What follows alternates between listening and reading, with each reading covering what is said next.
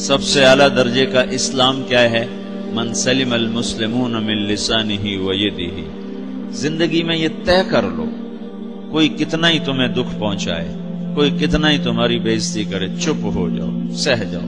مرنے والے کی کیا عزت، کیا ذلت، میں نے تو مر کے دیکھا ہے، اور مجھے یہ حدیث سمجھ میں آئی ہے بڑی اچھی طرح، موتو قبل ان تموتو، کہ مرنے سے پہلے مر جاؤ۔ اس وقت اگر میں مر جاتا تو مجھے کوئی گالیاں دیتا تو مجھے کیا نقصان تھا، اور مجھے کوئی نعرے لگاتا میرے لیے تو میرا کیا نفع تھا۔ تو مرنے سے پہلے مر جاؤ۔ کوئی تمہیں برا بھلا کہے تو تمہارا کیا نقصان ہے، تمہیں کوئی واہ واہ نعرے لگائے تمہیں کیا نفع ہے۔ اگر اللہ راضی ہے تو مردہ باد اور زندہ باد سے بے نیاز ہو۔ ابو ذر رضی اللہ تعالیٰ عنہ کو ایک آدمی نے گالیاں دی تو انہوں نے فرمایا، بیٹا ایک گھاٹی آگے آ رہی ہے، اس میں گر گیا تو جو کچھ کہہ رہے ہو اس سے بھی زیادہ کا حقدار ہوں، اور اگر پار ہو گیا تو تیری گالیوں سے مجھے کوئی فرق نہیں پڑتا ہے۔ من سلم المسلمون من لسانہ و یدہ موتوا قبل ان تموتوا۔ چونکہ آج کل اخلاق ہیں انتقامی، معاف کرنے والے اخلاق ہیں نہیں، انتقامی اخلاق ہیں۔ ہمارا معاشرہ انتقامی ہے، اچھا کرو گے تو ہم اچھا کریں گے، برا کرو گے تو ہم برا کریں گے، جیسا کہو گے ویسا ہم سے سنو گے۔ یہ ہمارا ماحول ہے، یہ ہمارا۔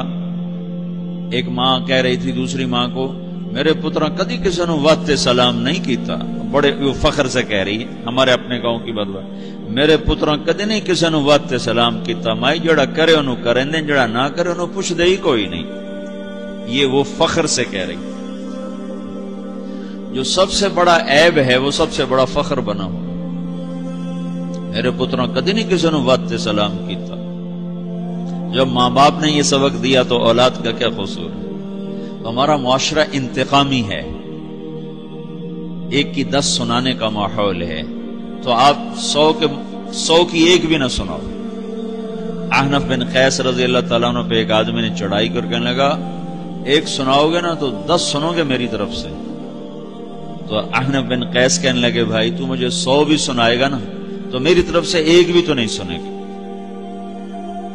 ایک آدمی ان کی بڑی بےزتی کر رہا تھا اور وہ چل رہے تھے، اور وہ 100 گالیاں بک رہا ہے۔ جب آ گیا نا قریب شہر تو کہنے لگے، دیکھا میرا قبیلہ یہاں رہتا ہے، اگر کسی نے سن لیا نا تو تیری بڑی دھلائی کر دے گا، تو نے جو مجھے گالیاں دینی میں کھڑا ہوں یہیں تو دے لے، تو اپنا سارا زور پورا کر لے تاکہ آگے تجھے کوئی تکلیف نہ پہنچا دے میری وجہ سے۔ تو وہ پاؤں پہ گر کے معافی مانگنے لگا کہ واقعی تو بڑے حلم والا ہے۔ وہ مشہور تھے اپنے حلم میں، بردباری، اور لوگ ان کا امتحان لینے آیا کرتے تھے کہ بھئی کوئی ہے جو احنف کو غصہ دلا دے، تو لوگ ناکام ہو جاتے تھے، ان کو غصہ نہیں آتا۔ ایسے ایک عرب سردار گزرا، معن بن زائدہ، وہ بھی اپنے حلم میں بڑے مشہور تھے۔ ایک دفعہ لوگوں میں شرط لگ گئی کہ کوئی ہے معن بن زائدہ کو غصہ دلائے تو ہم اس کو انعام دیں گے۔ تو ایک شاعر نے کہا، میں غصہ دلاتا ہوں، تم دیکھنا ایسے سیخ پا ہو جائے گا جیسے جانور۔ تو وہ چلا گیا اس کی مجلس میں، دربار لگا، عرب سردار تھا بہت بڑا، دربار لگا ہوا، تو کہتا السلام علیکم، وعلیکم السلام۔ تو معن بن زائدہ پر ایک دور بڑے فقر کا گزرا تھا، پھر اللہ نے اس کو بہت بڑی سرداری دی، بنو عباس کا بہت بڑا یہ وزیر گورنر تھا۔ تو کہتا اتذکر اذ لحافک جلد شاۃ واذ نعلاک من جلد البعیر، کیوں بھائی تجھے یاد ہے جب تیرا بستر بکری کی کھال تھا اور تیرے جوتے اونٹ کی کھال کے تھے؟ تو کہنے لگا کیوں نہیں یاد، بھلا کوئی ماضی بھی بھولتا ہے؟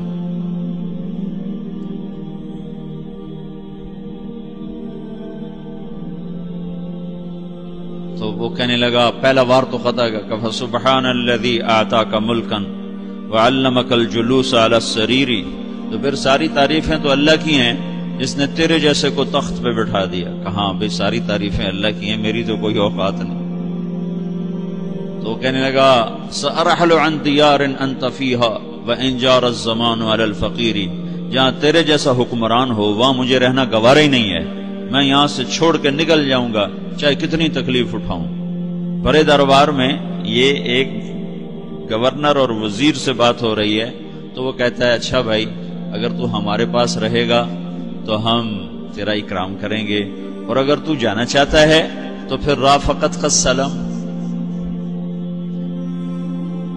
تو وہ یہ بار بھی خالی گیا تو کہنے لگا فجد لی ابن ناقصۃ بمال،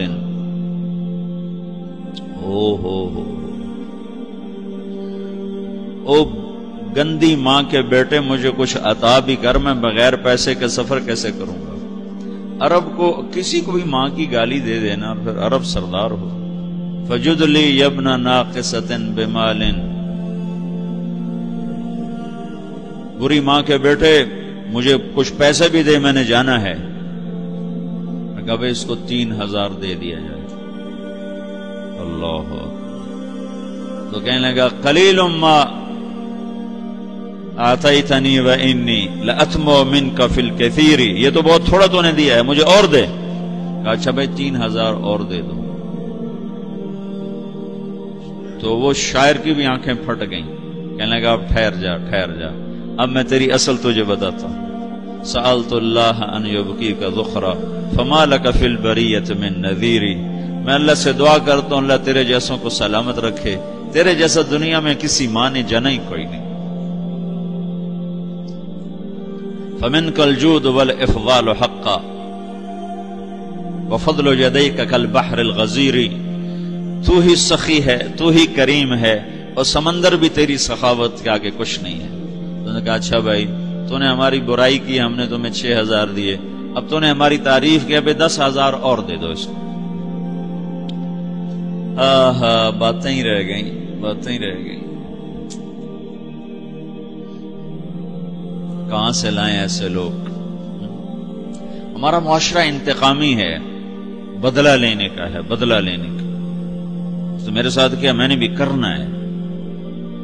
تو اعلیٰ درجے کا اسلام یہ سکھا رہا نہیں چپ ہو جاؤ، سلامت بن جاؤ، سلامتی بن جاؤ، سلامتی کی علامت بن جاؤ. من سلم المسلمون من لسانہ ویدہ.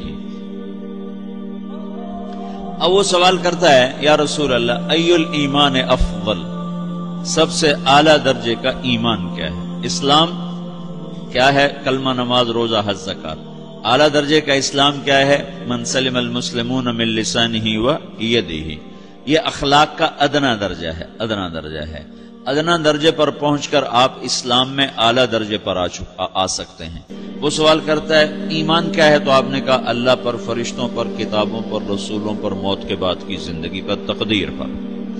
اب ایک اور سائل سوال کرتا ہے ای الایمان افضل، سب سے اعلیٰ درجے کا ایمان کیا ہے؟ تو آپ نے فرمایا حسن الاخلاق، اچھے اخلاق سب سے اعلیٰ درجے کا ایمان ہے. جو آدمی اسلام میں، جو آدمی اخلاق میں، جو مرد عورت اخلاق میں ادنا درجے پر ہوتا ہے وہ اسلام میں اعلیٰ درجے پر پہنچتا ہے. اب اگر وہ اخلاق میں اعلیٰ درجے پر آ جائے تو اب یہ کہاں پہنچے گا؟ اب یہ کہاں پہنچے گا؟ میرا نبی کہہ رہا ہے سب سے اعلیٰ درجے کا ایمان ہے حسن اخلاق، حسن اخلاق. ابو ہریرہ نے پوچھا یا رسول اللہ وما حسن الاخلاق، یہ بھی ایک اور حدیث ہے. یا رسول اللہ حسن اخلاق کیا چیز ہے؟ تو آپ نے 3 چیزیں فرمائی، تصل من قطعک وتعطی من حرمک وتعفو عمن ظلمک. جو تم سے توڑے نہ تم اس سے جوڑو. نہیں کرتا سلام نہ کریں، کوئی ہم چھوٹے باپ کے ہیں، ہم تو کبھی بھی نہ کریں، ہم تو کبھی بھی نہ منہ تھوکیں بھی نہیں ہم تو میرا نبی کہہ رہا ہے جو توڑے تم اس سے جوڑو، جو محروم کرے اس سے عطا کرو، جو زیادتی کرے اس سے درگزر کرو. یہ 3 کام جو عورت مرد کر لے گا یہ اخلاق کے اعلیٰ درجے میں ہے.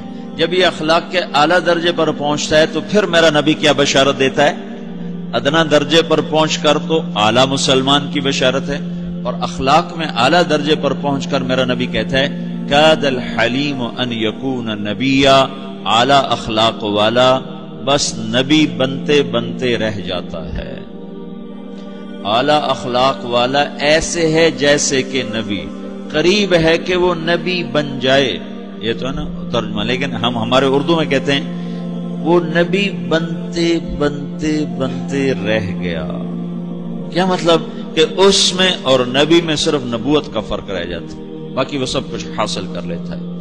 تو یہ سارے دین کا میں نے آپ کو خلاصہ بتایا ہے کہ میری آپ کی ضرورت ہے کہ میرا اسلام اعلیٰ درجے کا ہو، من سلم المسلمون من لسانہ و یدہ، میرا ایمان اعلیٰ درجے کا ہو،